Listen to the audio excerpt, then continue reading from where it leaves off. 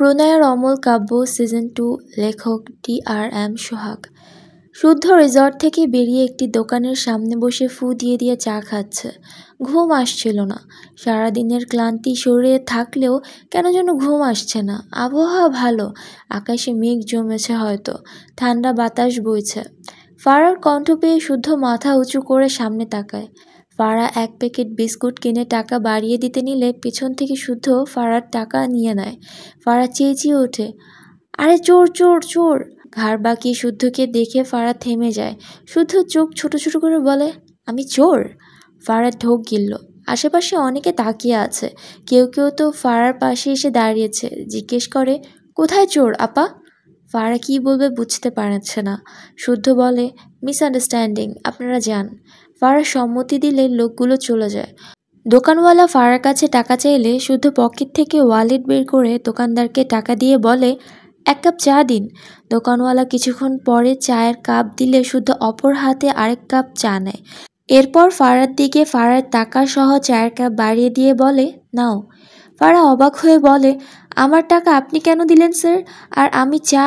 মাঝখান থেকে শুদ্ধ বলে, আমাদের ভার্সিটির স্টুডেন্ট তুমি, তার উপর বন্ধুর বোন, মেহমানের মতো, তাই দিচ্ছি। আর চা দিয়ে বিস্কুট ভিজিয়ে খেয়ে দেখো, ভালো লাগবে। ফারার ভালো লাগলো শুদ্ধর আচরণ। শুদ্ধর হাত থেকে ফারা তার টাকা আর চা দুটোই নিল।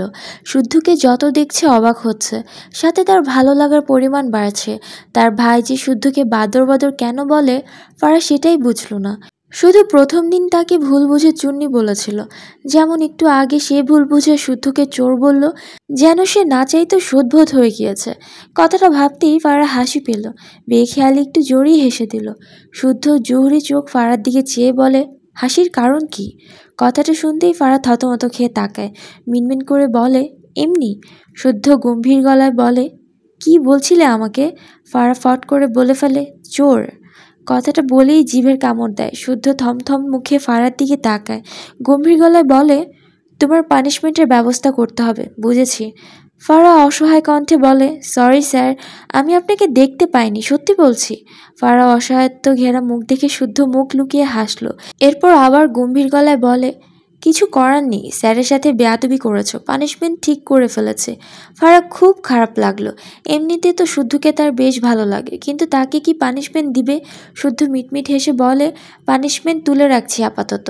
ফারা স্বস্তির নিঃশ্বাস ফেলল, কিন্তু কি পানিশমেন্ট দিবে এটা ভেবে চিন্তা হয় ফারার। শুদ্ধ মৃদু স্বরে বলে, আমার সাথে এসো। ফারা একটু দোনমনো করে শুদ্ধর পিছু পিছু যায়। শুদ্ধ একটি ফাঁকা জায়গায় গিয়ে দাঁড়ায়, যেখানে একটি বাঁশের তৈরি বসার জায়গা করা আছে। একপাশে শুদ্ধ বসে, এরপর ফারার উদ্দেশ্যে বলে, বসো, এই পরিবেশে বসে চা বিস্কুট খেলে মন চাঙ্গা হয়ে যাবে। ফারা শুদ্ধর থেকে মাঝে দূরত্ব রেখে বসে, চায়ের কাপ বেঞ্চের উপর রেখে বিস্কুটের প্যাকেট ছিঁড়ে বেঞ্চের উপর রাখে। এরপর চায়ের কাপ বাঁ হাতে তুলে বিস্কুটের প্যাকেট থেকে একটি বিস্কুট নিয়ে চায়ে ডুবিয়ে এক কামড় দেয়, সাথে একটু কাপে চুমুক দিয়ে চা নেয় মুখে। ফারার প্রতিটি কাজ খুব মনোযোগ দিয়ে দেখল শুদ্ধ, চোখে মুখে মুগ্ধতা, মুখে মৃদু হাসি লেপ্টে। ফারার দৃষ্টি শুদ্ধর দিকে পড়লে দুজনের চোখাচোখি হয়। শুদ্ধ হঠাৎ বলে ওঠে, খুব সুন্দর করে খাও তো তুমি। কথাটি শুনতেই ফারা কেসে ওঠে, ফলস্বরূপ মুখের চা ছিটকে বেরিয়ে আসে। শুদ্ধ আর তার মাঝে খুব বেশি দূরত্ব না থাকায় চা এসে একদম শুদ্ধর মুখ বরাবর পড়ে। শুদ্ধ মুখ কুঁচকে নেয়, চোখ জোড়া বন্ধ করে নেয়, বিড়বিড় করে, প্রশংসার ফিডব্যাক যদি এই হয় তবে আজ থেকে প্রশংসা কাটা। থু। ফারা হতবম্ব হয়ে যায়, দ্রুত বসা থেকে দাঁড়িয়ে যায়, বারবার বলতে থাকে, সরি সরি, আমি বুঝতে পারিনি, সরি স্যার, আমি সত্যি সরি। শুদ্ধ দাঁড়িয়ে বাঁ হাতে মুখ মুছে ফারার দিকে তাকিয়ে ডান হাত বাড়িয়ে বলে, সরিটা হাতে দাও, মুখটা ধুই। ফারা বোকা চোখে চেয়ে বলে, শুদ্ধ ভ্রু কুচকে ধমকে বলে, না হ্যাঁ, অকাজ করেছো ভালো কথা, ভদ্রতার সূচক পানি নয় তো টিস্যু এগিয়ে দিবে, সে বুদ্ধিও নেই। ব্রেনটা রেখেছো কেন মাথায়? খুলে ফেলো। এসো দেখি, ব্রেনটা খুলে দিচ্ছি। এসব অকাজের জিনিস ভার রেখে কি লাভ? বলতে বলতে শুদ্ধ ফারার দিকে এগোলে ফারা দ্রুত পিছিয়ে যায়, মুখটা ছোট করে বলে, স্যার আমার কাছে পানি টিস্যু কোনোটাই নেই। শুদ্ধ থমথমে মুখে তাকায় ফারার মুখের দিকে। ফারার মুখটা দেখার মতো হয়েছে। শুদ্ধর যেমন হাসি পাচ্ছে তেমনই ফারার চাহনি, মায়াবী মুখ টানছে ভীষণ। চোখ বুঝে মনে মনে বিড়বিড় করে, তুমি এত সুন্দর কেন? এরপর চোখ মেলে তাকায় ফারার দিকে। ফারা অনুতপ্ত চোখে চেয়ে আছে। শুদ্ধ খেয়াল করলো ফারার মাথায় ওড়না টানা।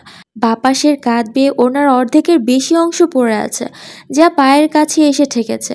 শুদ্ধ হঠাৎ এক পা এগিয়ে এসে দুহাতে ফারার লম্বা হয়ে পড়ে থাকা ওড়না তুলে ওড়নার মুখে চেপে চোখ বন্ধ করে। ফারা হতভম্ব হয়ে যায়। শুদ্ধর সাথে তার শরীরে একটু ওর স্পর্শ লাগেনি, কিন্তু শুদ্ধর কাজে তার মাথা ঘুরে ওঠে। বিস্ময় চোখে বড় বড় হয়ে যায়, কথা বলার ভাষা হারায়। 1 মিনিট পর শুদ্ধ ফারার ওড়না ছেড়ে ফারার দিকে তাকায়। ফারার চাউনি দেখে শুদ্ধ ঢোক গিলে।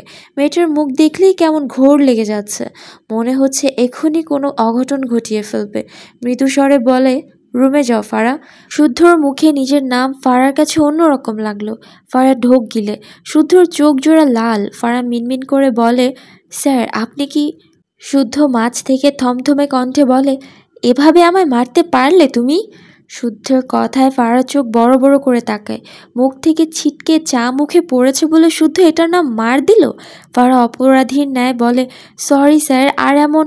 শুদ্ধ এবার ধমকে বলে, রুমে যাও মেয়ে। ফারা ঝাঁকি দিয়ে ওঠে। ভয় পায় মেয়েটা। আর দাঁড়ালো না এখানে, দ্রুত পায়ে রিসর্টের ভিতর যাওয়ার পথ ধরে। মন খারাপ হলো ফারার।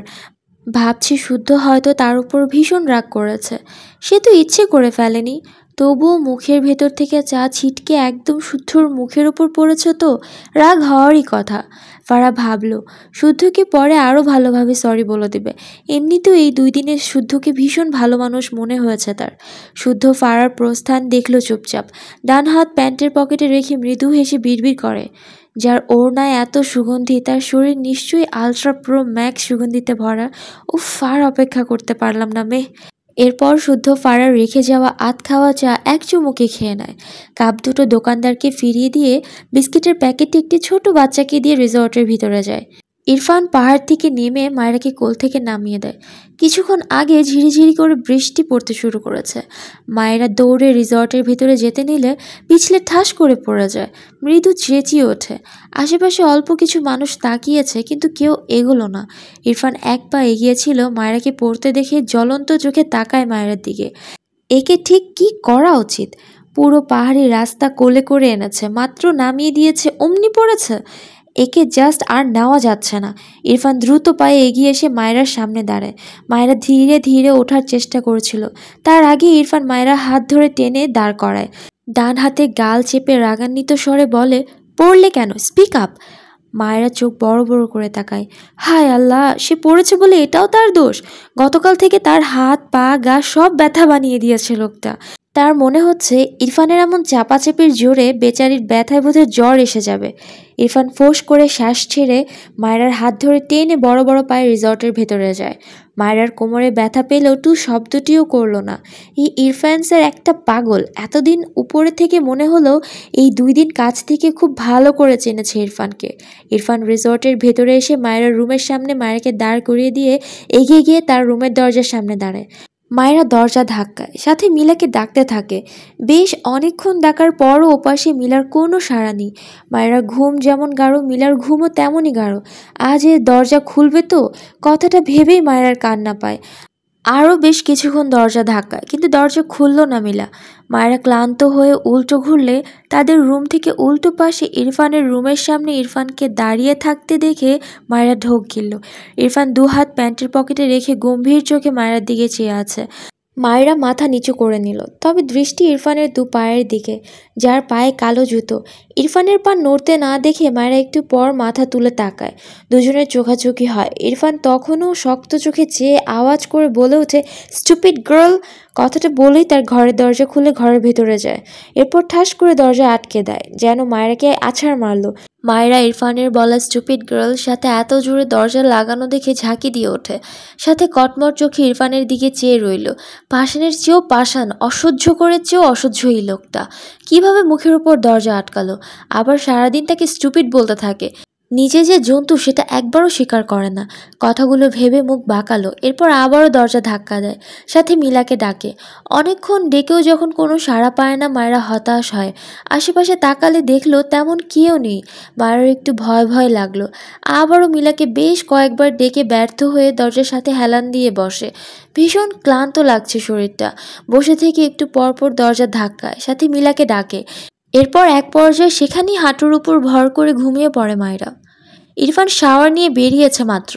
উদাম শরীর, ফর্সা উদাম গায়ে বিন্দু বিন্দু পানির কণা, পরনে কালো প্যান্ট। কি যেন ভেবে রুম থেকে বাইরে বেরিয়ে আসে। তার রুম থেকে সোজা মায়েরাকে দরজার কাছে এভাবে বসে ঘুমাতে দেখে বিস্ময় দৃষ্টিতে তাকায়। বিরক্ত হয় মায়েরার উপর। এই স্টুপিডটা আসলে মানুষের কাতারেই পড়ে না। এগিয়ে এসে মায়েরার সামনে দাঁড়িয়ে গম্ভীর গলায় ডাকে, হে স্টুপিড গার্ল। মায়েরা নড়াচড়া নেই। ইরফান বিরক্ত হয়, একটু ঝুঁকে মায়েরাকে কোলে তুলে নেয়। এরপর বড় বড় পা ফেলে মায়েরাকে নিয়ে তার ঘরে চলে যায়। বিছানার পাশে এসে দাঁড়িয়ে একবার মায়ের দিকে তাকালো ইরফান। এই স্টুপিডকে সে তার বিছানায় রাখবে? কথাটা ভাবতেই নিজে নিজেই বলে ওঠে, ইম্পসিবল। ইরফান গম্ভীর মুখে মায়ের দিকে চেয়ে থাকে কিছুক্ষণ। ইচ্ছে তো করছে তাকে জাস্ট ফুটবলের মতো শট মারতে। একটা মানুষের চাল চলন এতটা স্টুপিডদের মতো কিভাবে হয় বুঝে পায় না সে। একে দেখলেই ইরফানের রাগে মাথা ফেটে যায়। রাগে ইরফান দুহাত আলগা করে মায়েরাকে সত্যিই ছেড়ে দিল। মায়েরা ঠাস করে মেঝেতে পড়তে নেয়, কিন্তু মায়েরা মেঝেতে ঠেকার আগেই ইরফান হাঁটু মুড়ে বসে মায়েরাকে আবারও ধরে নেয়। মায়েরার মুখের দিকে তাকায়।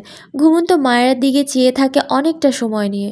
এরপর মায়েরাকে বিছানায় শুইয়ে দেয়। গলা চেক করলে দেখলো মায়েরার শরীর ঠান্ডা হয়ে আছে। ঘরের এসি অফ করলো। এরপর আবারও মায়ের দিকে তাকায়। মায়েরা গুটিসুটি মেরে ঘুমিয়ে আছে। ইরফান আর এখানে দাঁড়ালো না, ব্যালকনিতে চলে গেল। চোখে মুখে চরম বিরক্তি। ইরফান সারা রাতেও একবারও ঘরে আসেনি, আর না তো ঘুমিয়েছে। সেই থেকে ব্যালকনিতেই দাঁড়িয়ে এক ধ্যানে কোন দিকে যেন চেয়ে আছে। মায়েরাকে নিয়ে প্রচণ্ড বিরক্ত সে। এই মেয়ে তো তার মাথা থেকে বেরই হচ্ছে না। এই চিন্তায় রাগে মাথা ফেটে যাচ্ছে। ধরণীর বুকে আলো ফুটতে শুরু করেছে। সারা রাত না ঘুমানো ইরফান চোখ দুটো লাল হয়ে আছে। ইরফান ঘরে এসে মায়ের দিকে একবার তাকায়। মেয়েটা এখনও গুটিসুটি মেরে শুয়ে আছে, কিন্তু নিজের জায়গায় নেই। আর না তো ঠিক আছে নিজের জামা কাপড়ের। পেটের উপর থেকে কাপড় সরে গিয়ে ফর্সা পেট উন্মুক্ত হয়ে আছে। ওনার হদিশ নেই। ইরফান রেগে তাকায় মায়েরার দিকে। ইচ্ছে তো করছে একে ঠাস ঠাস করে থাপড়ে সব দাঁত ফেলে দিতে। ধূপ ধাপ পা ফেলে বেডের পাশে গিয়ে দাঁড়ায়। মায়ের দিকে একটু ঝুঁকে ডান হাতে মায়ের পেট চেপে ধরে। দৃষ্টি মায়েরার মুখে, চোখে মুখে কঠোরতা। দাঁতে দাঁত চেপে বলে, স্টুপিড গার্ল, আমাকে আবার সিডিউস করছো? পেটে চাপ পড়ায় মায়েরা মুখে বিরক্তির ছাপ ফুটে ওঠে, তবে ঘুম ভাঙে না। ইরফান মায়েরার পেট আরেকটু চেপে দেয়। মায়েরা বিরক্ত হয়ে মুখ এদিক ওদিক করে। ঘুমের ঘোরে জিভ দিয়ে ঠোঁট ভেজায়। ইরফানের দৃষ্টি মায়েরার ভেজা ঠোঁট জোড়ায় আটকায়। শীতল দৃষ্টিতে তাকায়। 2 সেকেন্ডের মাথায় ইরফান বেডের উপর উঠে বসলো। মায়েরার পেট থেকে হাত সরিয়ে নেয়। 2 হাত মায়েরার পিঠের নিচে হাত দিয়ে মায়েরাকে উঁচু করে ধরে। মায়েরার মুখের দিকে চেয়ে গম্ভীর গলায় বলে, আই ডোন্ট লাইক ইউ। কথাটা বলে আর 1 সেকেন্ডও সময় ব্যয় করে না। মায়েরার ঠোঁট জোড়ায় নিজের আধিপত্য চালায়। সময় যত পেরোয় ইরফানের উন্মাদনা তত বাড়ে। মায়েরার ঘুম অত্যাধিক গাঢ় হওয়ায় মেয়েটির ঘুম ভাঙছে না, তবে ঘুমের মাঝে প্রচণ্ড বিরক্ত হচ্ছে। ঘুমিয়ে থেকেই মুচড়ামুচড়ি করে। হঠাৎই নড়াচড়া পরিমাণ বেড়ে যায়, সাথে ঘুম ছুটে যায়। ভারী চোখের পাতা খোলার আগেই ইরফান মায়েরাকে ছেড়ে উঠে দাঁড়ায়।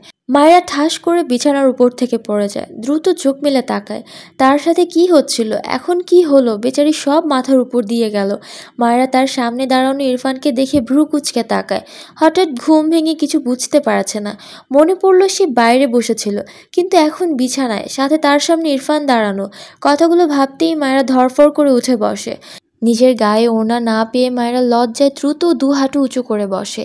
ইরফানের দিকে তাকালে দেখলো ইরফান তার দিকে রেগে তাকিয়ে আছে। মায়েরা ঢোক গেল। তার অনুভূতি গতকাল রাতের মতো হলো।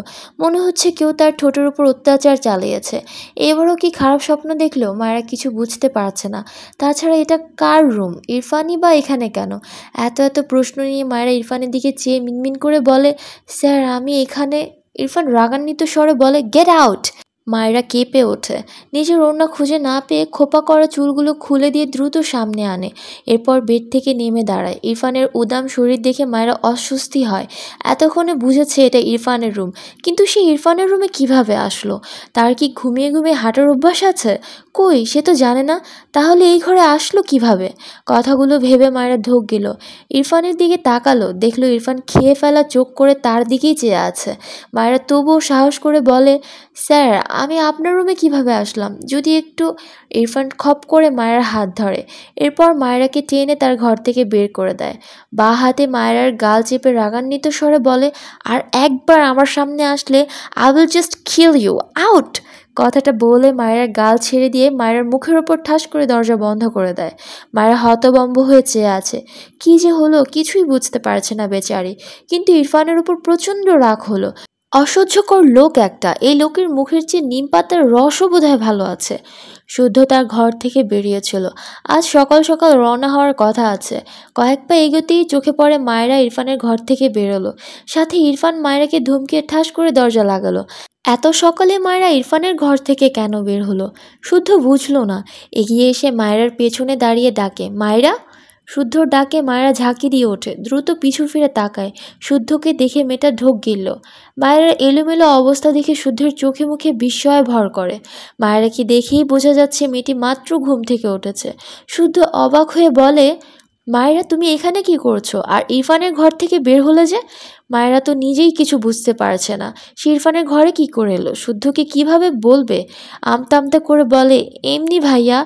একটু থেমে আবারও বলে, ভাইয়া, আপনার ভাইয়ের মতো এত খারাপ লোক আমি জীবনেও দেখিনি। বিশ্বাস করুন, আপনার ভাইকে আপনার পাশে ভাই হিসেবে একদমই মানায় না। মনে হয় আপনি এক জন্তুর পাশে দাঁড়িয়ে আছেন। শুদ্ধ চোখ বড় বড় করে তাকায়, মাথায় হাত দিয়ে বলে, হায় হায় মায়েরা, সকাল সকাল ইরফানের নামে এসব কী বলছো? মায়েরা শুদ্ধকে পাশ কাটিয়ে তার ঘরের দিকে দৌড়ে যেতে যেতে বলে, একদম সত্যি বলছি ভাইয়া। শুদ্ধ মিটমিট হেসে বলে, তোমার সব সত্যিই তো ইরফান শুনে নিয়েছে মায়েরা। মায়েরা চোখ বড় বড় করে তাকায়, দৌড়ের গতি আরও বাড়ায়। দরজা খোলা পেয়ে দ্রুত দরজা ঠেলে ঘরের ভেতরে গিয়ে ঠাস করে দরজা লাগায়। মায়েরা ভেবেছে সত্যি সত্যি ইরফান হয়তো তার কথা শুনে নিয়েছে। শুনলে শুনুক, তার সাথে যা তা ব্যবহার করে, একদম অসহ্য লাগে মায়েরার। আবার ভয়ও পায়, এ পর্যন্ত কথাগুলো থাপ্পড় খেয়েছে ভাবলেই গাল চাপা সব ব্যথা করে। পেছন থেকে মিলা এগিয়ে এসে বলে, এই মায়েরা, তুই কোথায় ছিলি রে? মায়েরা অবুঝ গলায় বলে, কি জানি। মিলা বিরক্ত হয়ে বলে, কি জানি মানে? সারা রাত কোথায় ছিলি? রাতে বললাম বাইরে যাস না, ডাকিসনি আমাকে। মায়েরা রেগে বলে, ডাকতে ডাকতে আমার মুখ ব্যথা হয়ে গিয়েছিল, কিন্তু তুই তো মরার মতো ঘুমাচ্ছিলি। মিলা কিছু বলতে গিয়েও থেমে গেল। মায়েরা ঠোঁটের কোণে একটুখানি কাটা অংশ দেখে ভ্রু কুঁচকে বলে, তোর ঠোঁট কাটা কেন, পড়ে গিয়েছিলিস নাকি? মিলার কথা শুনে মায়ের ভ্রুজোড়া কুঁচকে নেয়। ডান হাত অটোমেটিক ঠোঁটে চলে যায়। দ্রুত পায়ে আয়নার সামনে গিয়ে দাঁড়ালে দেখলো সত্যি তো তার ঠোঁট কাটা কেন। গতকাল রাতে পাহাড়ে একবার পড়েছিল, তখন কেটেছে কি? মায়ের কাছে এই যুক্তি মিলছে না। সে তো মুখ থুবড়ে পড়েনি যে ঠোঁট কাটবে। তাছাড়া সে ঘুমালেই মনে হয় তার ঠোঁটের উপর যেন অত্যাচার চলছে। খারাপ জিনের আছড় পড়েনি তো তার উপর। কথাটা ভেবেই মায়েরা ভিতকণ্ঠে বলে, মিলা, আমাকে জিন তাড়ানোর শব্দ বল ময়না, নয়তো আমার হার্ট অ্যাটাক হয়ে যাবে। মিলা বিরক্ত হয়ে বলে, পাগলের প্রলাপ না বকে ভালো করে বল। মায়েরা সব গুলিয়ে যাচ্ছে, কি যে হচ্ছে তার সাথে কিছুই বুঝতে পারছে না। এই ঠোঁট কাটা, তার উদ্ভট সব চিন্তা মাথায় আসা, সবচেয়ে বড় কথা তার ইরফানের ঘরে চলে যাওয়া। না, আর ভাবতে পারছে না, মাথা ঘোরাচ্ছে তার। মিলা এগিয়ে এসে মায়েরাকে ঝাঁকিয়ে বলে, কি রে, কিছু বলছিস না কেন? মায়েরা তার উদ্ভট চিন্তা নিজের মাঝেই চেপে রাখলো। অতঃপর বলে, রাতে পাহাড়ে উঠতে গিয়ে পড়ে গিয়েছিলাম, তখন কেটেছে হয়তো। এখন আমার ঘুম পাচ্ছে, নামাজ পড়ে ঘুমাবো। কথাটা বলেই মিলাকে কিছু বলার সুযোগ না দিয়েই ওয়াশরুমে চলে যায়। সে ঘুম ভেঙে দেখে যে ইরফানের ঘরে। এটা মিলাকে বলল না, এমনিতেও ইরফানের সাথে তার এক দুর্ঘটনায় বিয়ে হয়ে গিয়েছে। কেউ যদি ধরে ফেলে, এই ব্যাপারটায় মায়েরা মনে মনে ভয় কাজ করে। মিলা মায়ের উপর বেশ রাগলো। রাতের বেলা একা একা কে পাহাড় উঠতে যায়? মায়েরাকে কয়েকটা কথাও শোনালো, মায়েরা পাত্তা দিল না। মিলা হতাশার শ্বাস ফেলল। এই মায়েরাটা আর দুদণ্ড চুপ করে বসলো না কোথাও। বলেও লাভ নেই, এ তো শোনার পাত্রী নয়। ইরফানের ঘরের দরজার লক খোলা ছিল। শুদ্ধ ঘরের ভেতরে এসে ইরফানকে দেখল না। ওয়াশরুম থেকে পানির শব্দ পেয়ে বুঝলো ইরফান ওয়াশরুমে। শুদ্ধের নজর মেঝের এক কোণায় পড়ে থাকে একটি ওড়নার দিকে। এগিয়ে গিয়ে ওড়নাটি তুলে উল্টে পাল্টে দেখে অবাক হয়। আকাশি রঙের জর্জেট প্রিন্টের একটি ওড়না। এরকম জামা সে মাত্র মায়ের পরনে দেখলো। মায়েরা এই ঘর থেকে বের হলো, ওড়না ঘরে পড়ে আছে। শুদ্ধর কাছে এদের ব্যাপার ঠিক লাগছে না। ঝড়ের রাতের পর থেকে ইরফানকে কেমন অন্যরকম লাগছে। তার কেন যেন মনে হয় ইরফান মায়ের জন্য ভাবে। গতকাল সেই হিজড়াদের সাথে নিজের কারণে ওরকম রিয়্যাক্ট ইরফানের জন্য নর্মাল, কিন্তু কারণটা যখন মায়রা হয় তখন তো হিসাব মেলে না। আবার ইরফান নিজেই মায়ের হাত ধরে রিসোর্টের ভেতরে আসলো, এটা তো শুদ্ধের এখনও হজমই হয়নি। চন্দ্রনাথ মন্দিরে ওঠার সময় তাকে ইনডাইরেক্টলি বলল মায়ের পিপাসা পেয়েছে। ইরফান তো এরকম নয়, শুদ্ধ গভীর ভাবনায় ব্যস্ত। ইরফানকে ওয়াশরুম থেকে বের হতে দেখে শুদ্ধ ভাবনা থেকে বের হয়, ইরফানের উদ্দেশ্যে বলে, কী রে ইরফান, মায়েরা। এইটুকু বলতেই ইরফান তেড়ে এসে দুহাত শুদ্ধের কলার চেপে ধরে, দাঁতে দাঁত পিষে বলে, ওই স্টুপিড গার্লকে আমি ছাড়বো না। শুদ্ধ চোখ বড় বড় করে তাকায়, যাহ, এতক্ষণ কি ভাবলো আর এখন এর রিয়াকশন কি বের হচ্ছে। শুদ্ধ ইনোসেন্ট ফেস বানিয়ে বলে, তুই ভাই টিচার মানুষ, অথচ এই সহজ হিসাব ভুল করলে হয়? আমার কলার ধরে বলছিস মায়েরাকে ছাড়বি না? কথাটা বলেই শুদ্ধ তার হাতে ধরে রাখা মায়ের ওড়না ইরফানের দিকে এগিয়ে দিয়ে বলে, নে এটা ধর, তোর স্টুপিড গার্লের ওড়না, এটা ধরে বল ওকে ছাড়বি না, তবুও হিসাবটা একটু আধটু মিলবে। ইরফান শুদ্ধের কলার ছেড়ে রাগে ফোঁস ফোঁস করতে করতে বলে, শাট আপ, ওকে আমি খুন করে ফেলবো। শুদ্ধ উৎফুল্ল কণ্ঠে বলে, ওয়াও কি সুন্দর সিদ্ধান্ত, খুনটা কি হৃদয় দিয়ে করবি শোনা? ইরফান রেগে তাকায় শুদ্ধের দিকে, বিরক্তি কণ্ঠে বলে, আই ডোন্ট লাইক হার। শুদ্ধ ইরফানের দিকে চেয়ে মিটমিট হাসছে, ইরফানের কথায় পাত্তা দিল না। এর মুখ বলে এক আর কাজে করে আরেক। ইরফানের নিজের উপর সাথে মায়েরার উপর প্রচণ্ড রাগ লাগছে। সে মায়েরাকে মাথা থেকে বের করতে পারছে না। মায়েরার সাথে গতকাল আর আজকে যা করেছে এটা ভাবতেই মায়েরাকে খুন করে ফেলতে ইচ্ছে করছে। মেয়েটাকে দেখলেই তার মাথা ঠিক থাকছে না, আর নিতে পারছে না। ইরফান দুহাত মুষ্টিবদ্ধ করে দাঁত কিরমির করে আর বিড়বিড় করে, stupid girl, you are a disturbing girl.